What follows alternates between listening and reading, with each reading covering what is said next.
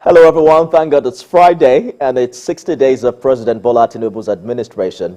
The first batch of the president's ministerial list is out with 28 names released for screening by the Senate. I am Nifemi Oguntoye. The big question today is, what do you make of President Tinubu's ministerial list of 28 nominees? You can join the conversation right now on Twitter if you use the hashtag first100days. Remember to tag at TVC News NG and at Nifemi Oguntoye. Also joining me on the show this hour is National Publicity Secretary of the All Progressives Grand Alliance, Ejimofor Okpara.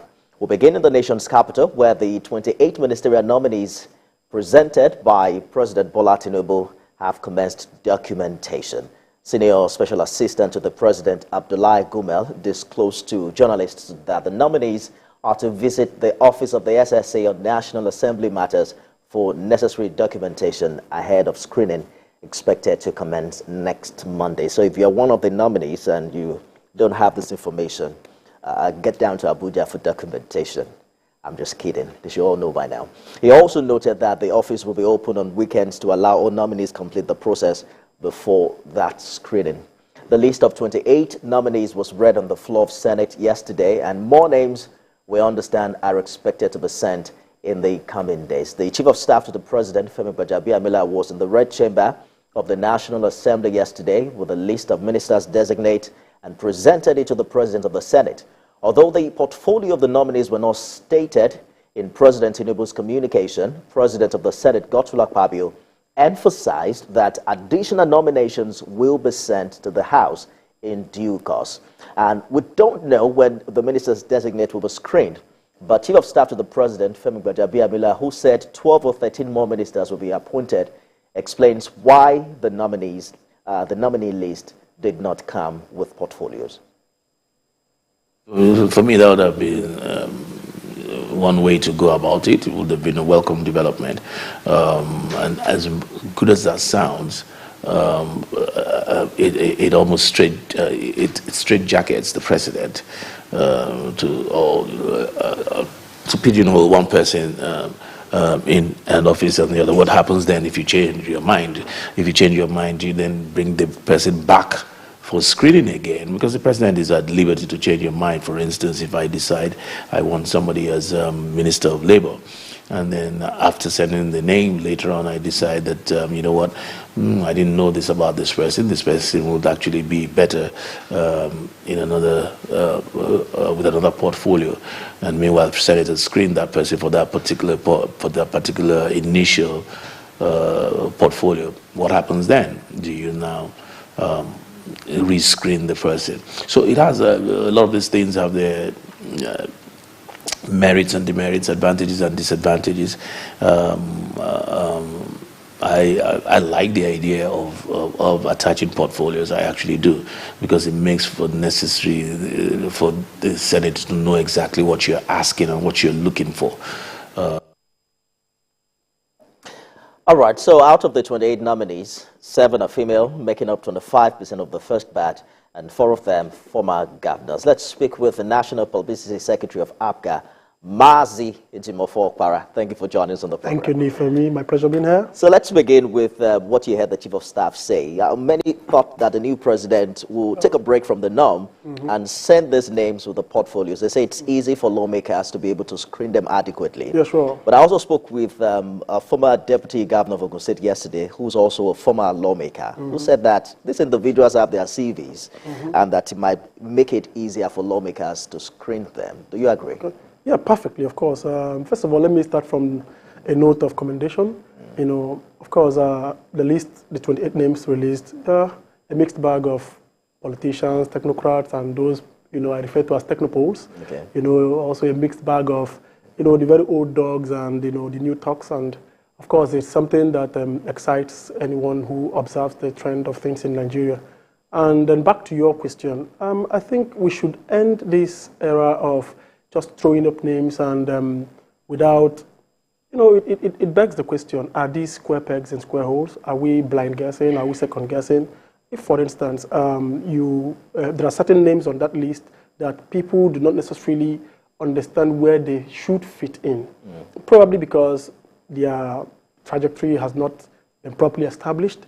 Their career path has not been properly known. You can't be asking me probably to second guess where Ewale Edun fits in, for instance. We know he's a finance expert, so probably even with, without being asked or any further ado, I could wager that he would be the Minister of Finance. But you can't just say that for every other person, and which of course I think this should be a matter of legislation, because I don't know what the extant laws say, but I think there has to be some deeper reflections on that aspect of our constitution. You're saying we should legislate? Yeah, we should be, of course. Because if it's a matter of law, it becomes incumbent.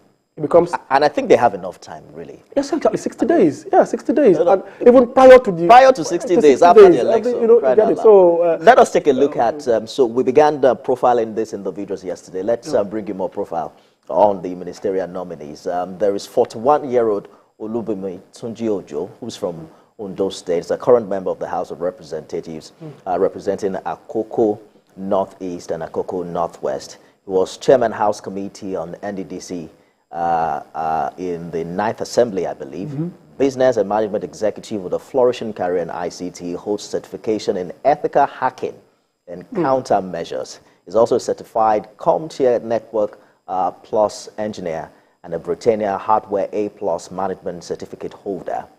Sounds very impressive, right? I don't know, from this resume, I'm seeing the next minister for probably science and tech and all that. Absolutely. Yeah. So, of course, it's square peg and square hole there. And there's this probably, I don't know, but this trend of having legislators who have been elected into office, nominate them for executive positions, and they have to resign. We should look at the economics of this thing. And then we have to spend money to hold elections for them. So I don't know how that fits in, but well. Except we're saying there is no better person out there. Some of these things, like some persons have actually established, the list is not just a list of competent people alone. Loyalty also plays a part in. Or maybe there's a part of the people the president is comfortable working with. That's where loyalty plays. And those who he knows. Stella Okotete is 39 years old. She's from Delta, former APC woman leader. She was councillor in Ughelli North local government area, executive director of business development at the Nigerian Export-Import Bank, Nexim. She's a graduate of Benson Idahosa University, Benin City, where she earned a Bachelor of Arts degree in International Studies and Diplomacy. She also holds a diploma in law from the River State College of Arts and Sciences, a master's degree in public administration, and a master's degree in peace and conflict resolution. They say if you look closely, you will find competent women who have the capacity and the ability. Of course. And there are 7 of them. As a matter of fact, I'm looking beyond the CVs of these new talks. The first guy you mentioned, and now Kotete, and even probably Better Edu, and some of the other new talk. I'm looking beyond the CVs, because these days we've seen very bogus CVs, and at the point of execution, the point of the actual work, they get found wanting and all that. So for me, it's beyond the CV. I want to see these new kids on the block, talk about disruptive change, because that's exactly what we need at this point. We're talking about younger people. The first names we've mentioned now, I've gone through all of them, and I think the average age on this list is going to be possibly 50 or 50 something. Exactly. Better Edu is as young as 36 years old, a medical doctor, former commissioner of health in Cross River, right? Yeah. And, so don't you think that the fact that there are younger, then we should have some faith that they will bring something. Yeah, well, I'd always ask, if not now, when? 36, probably because we've stayed too long on this saddle where we have older folks, call the shot. Now we're beginning to see 36, even 30 years young. Now, if you look back at Nigeria's history, when some of the changes we today now read in our history books, some of these guys were less than 30, some of them 36, 32, 34, and all that. You mentioned all those. Even the current president, if you deduct, his current age from when he became very active in Nigeria politics, you know that he didn't. Well, the good thing is that with this list, the conversation of old men. No, it's not. That's what I said. I mentioned. I'm sure it took that into consideration. Yeah, I said it's a mixed bag. It's a mixed bag. All right. So Uju Kennedy Ohaneye is another woman who made this list. She's 50 years old, from your state. She's from Oka, and she's perhaps the only female presidential aspirant in the APC earlier this year. She's a lawyer and businesswoman. it's interesting to know that she paid 100 million naira for the form. expression of interest and nomination form. So she don't be small. No. This one is a big fish. She's a big fish, and I also took time to look at like a quasi profiling of her. She's into the arts and entertainment, and she's also huge on hospitality. You know, they were banding some figures around as her net worth and all that on the social media. I wouldn't want to mention that because I'm not verified. You know, but of course, she's a big Igbo daughter. You know, and one we are Is she well known back at home in Oka? Or do you want me to say that here? You should tell me you want to say that here. Anyway, well, she's a philanthropist and all of that. Well, I don't want to say so much about Uju. All I know is that she's a daughter of the state that Anambra is proud of, and not just Anambra, but the entire Southeast. We're proud of her, and this is a chance to make history. Absolutely. I remember her dancing during the APC primaries. She also was one of those who stepped down for the. So sure. This is perhaps a very deft political move. Like I said, this is her time with history. So she has to make not just us proud, but herself also. They are all smiles now, but in the next 4 years, their fate will be written in the sand of time. 4 years is too long. The next one Nigerians are in a hurry. We can tell. We're in a hurry. Well, that's 1 year. All right, so there is, let's bring you Dele Alake. He's 66 years old from Ekiti State, former Commissioner for Information and Strategy in Lagos between 1999 and 2007. Is currently the Special Advisor to the President on Special Duties, Communication and Strategy. I mean, Dele Alake has been very prominent in this administration. No, this one falls under my veterans category.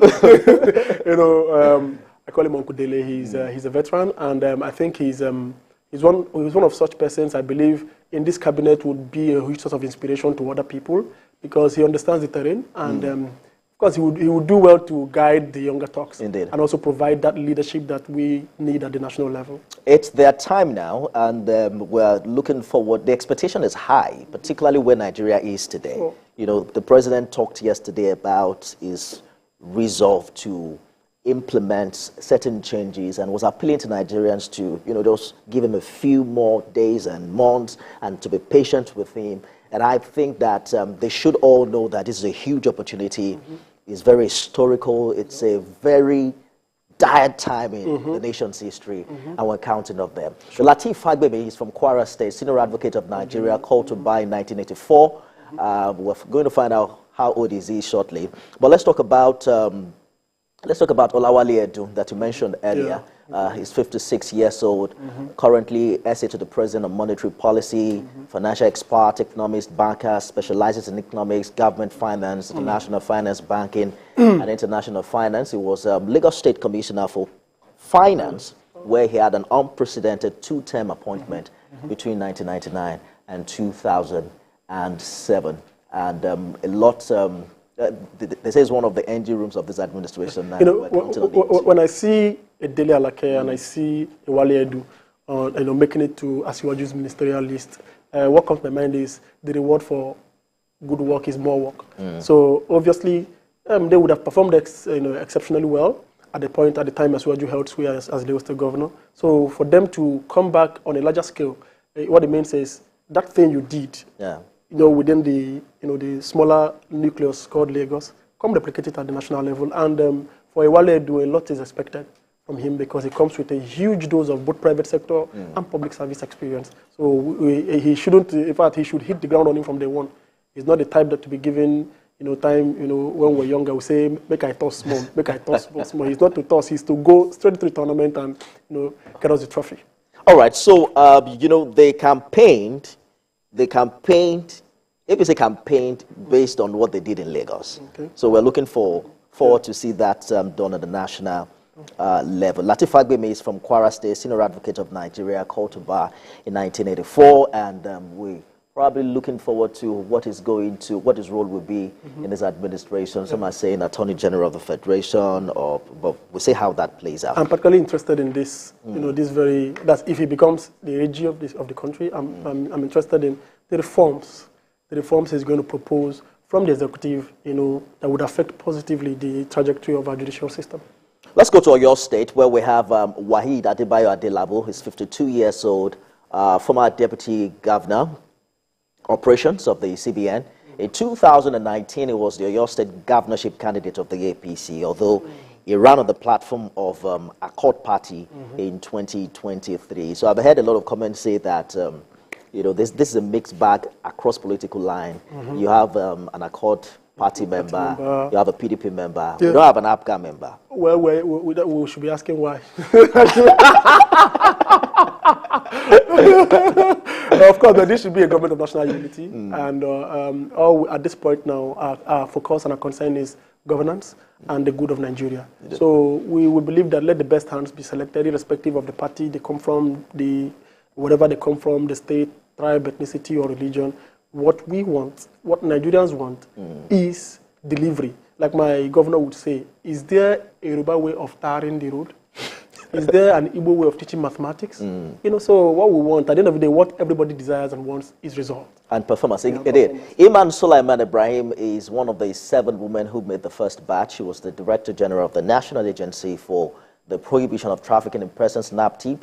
Her performance within a few months is quite debatable, and there's a lot of divided opinion about that. But remember that former President Muhammadu Buhari announced a swap, and she was redeployed as the Honorable Federal Commissioner of the National Commission for Refugees, Migrants, and Internally Displaced Persons. She's currently the Honorable Federal Commissioner of the National Commission for Refugees, Migrants, and Internally Displaced Persons. So she possibly have a huge experience in that regard. Let's talk about Ali Pate, who is 54 years. So he's from Bauchi, Harvard-trained professor of public health, worked as global director for the World Bank Group, was former Minister of State for Health, and in February, he was appointed Chief Executive Officer of Gavi. Gavi is the vaccine alliance that provides vaccines in low-income countries, but was widely reported that he turned it down for a possible appointment under the Tinubu administration. Yeah, I mean, that's faith in country. Indeed, faith in that's country. Faith in country, yes.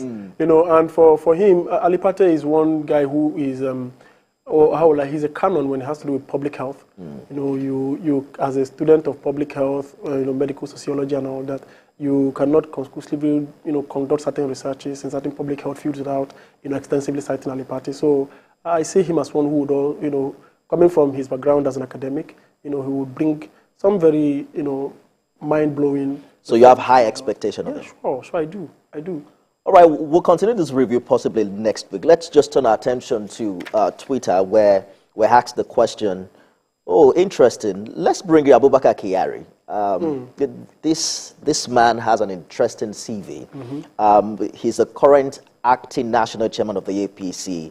He was senator representing Borno North Senatorial District. He has practically been in office since 1999.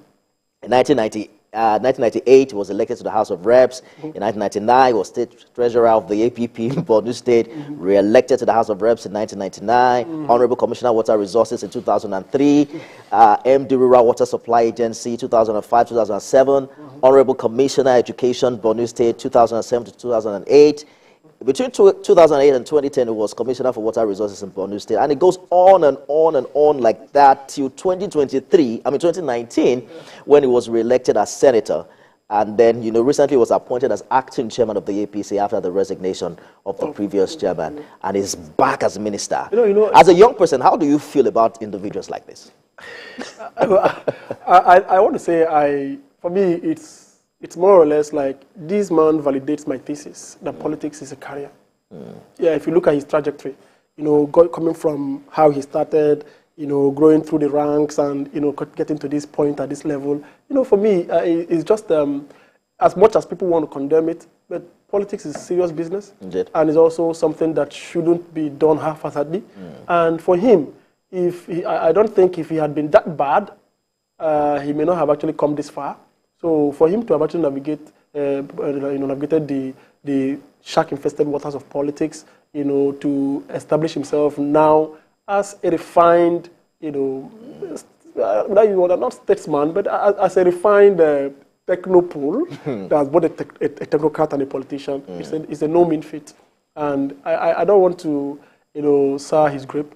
I also look forward to his rich experience. You know, playing out in... He is coming with years of experience at 60. All right, let's turn to Twitter. There are a couple of reactions here. We'll just take a few of them and then we'll return to talking about the ministers next week. Kane Kukute says the ministerial list is a balanced one.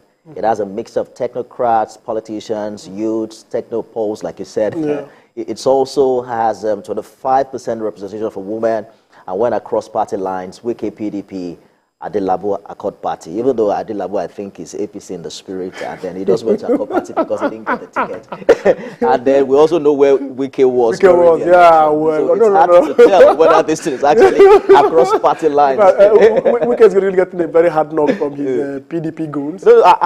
Severally, you know, I'm even interested to see how he intends to do it now, because he has severally mentioned publicly that there's no way he was going to leave the PDP. Olawumi Adeoye says President Tinubu means business with the ministerial nominees. No doubt their CVs are impressive. We sincerely hope they all perform to expectations. And if not, President Tinubu should fire and hire accordingly. Exactly. Time is of the essence. And I think we talked about this earlier. Nigerians are suffering, please. I also think that perhaps where the previous administration got it wrong was not reviewing the performance of the ministers. Exactly. You know, kept there for so long. You know, I tell people, Soludo would say that a public service, it's a goal with a deadline. So if you sit down and begin to feel like a traditional civil servant who has 35 years or 30 years of composite years of 60, and you don't know that you have 4 years and at best 8 years to deliver on your mandate, then you're undoing yourself. Absolutely. So it should be sunk into their brains that this vision, this goal is with a deadline. And once they have it at the fore of their mind from the very beginning, from the very day they will assume office, then it will be, they would make sure that every single day counts for something. Indeed. You know, in that office. So, Emmanuel, there's this tweet that I have a bias for. It's from @Way1, if you can find it and put it on the screen. Way1 says the list is excellent, and so many nominees will perform judging on their past performances. It says, return El-Rufai back to FCT, Wike to works only, Umahi to crack transportation, so that it can complete the Lagos-Calabar Railway, as well as Port Harcourt, Maiduguri, and Fagbemi will uphold and deepen rule of law. El-Rufai back to the FCT? No, I don't. I thought the man said he's too old for that. No, I wouldn't want El-Rufai to go back to the FCT. Why? I would want him to try his hands on some other. So he doesn't demolish more houses? Yeah, no. Of course, you know, to his credit, if he had not brought that very fierce, disruptive energy into the FCT, maybe it would have been one chaotic place right now. So, but much as he did excellently well in that office, I'd like to see him bring some energy into some other sectors that I think deserve some kind of attention. But certainly not the FCT. For Wike, I think Wike understands the language of Niger Delta a lot. You know, he's you know, for want of a better word, he's militant in a lot of ways. So I think he should proceed immediately to the Minister of Niger Delta, and also bring in some very good innovation on the entire fortune of both the Niger Delta as a region and the NDDC as a coordinating body. I'm beginning to suspect you because we've had a conversation for this long. You belong to the APGA party, and you have not said anything wrong about the APC. I hope you and your principal are not planning no. to move to like the I APC. Said, I am not. Because your principal did not even support Peter Obi during that election. You want to put me on the spot. Okay, but let me tell you. I'm here, yes, the National Police Secretary of APGA, and I've told you that we are time and time again interested in governance. We believe in a properly restructured Nigeria. We believe when Nigeria is properly restructured, that every Nigerian, irrespective of your tribe or creed or religion, you should be able to actualize your potential. Indeed. Within the Nigerian framework. So that's exactly what APGA represents. And I tell you that we pride ourselves as a true assemblage of true progressives in Nigeria, and indeed the first political party to have that name, progressive. So at least you have a governor now, and I think about 5 members of the House of Reps, right? You think about what? You have a governor and 5 members. Yeah, sure, in the House of Reps, yeah. Not bad. Yeah. Mazi Jomofo Para is the National Publicity Secretary of APGA. That's our time. Thank you so much for coming on the program. Thank you, Nifemi. My pleasure. All right, you can watch this program again. There's a repeat broadcast at midnight and at 6 p.m., or rather 6 a.m. tomorrow. I am Nifemi Gutu. You do have a wonderful weekend. Thank God it's Friday, but we're back on Monday with more episodes for you.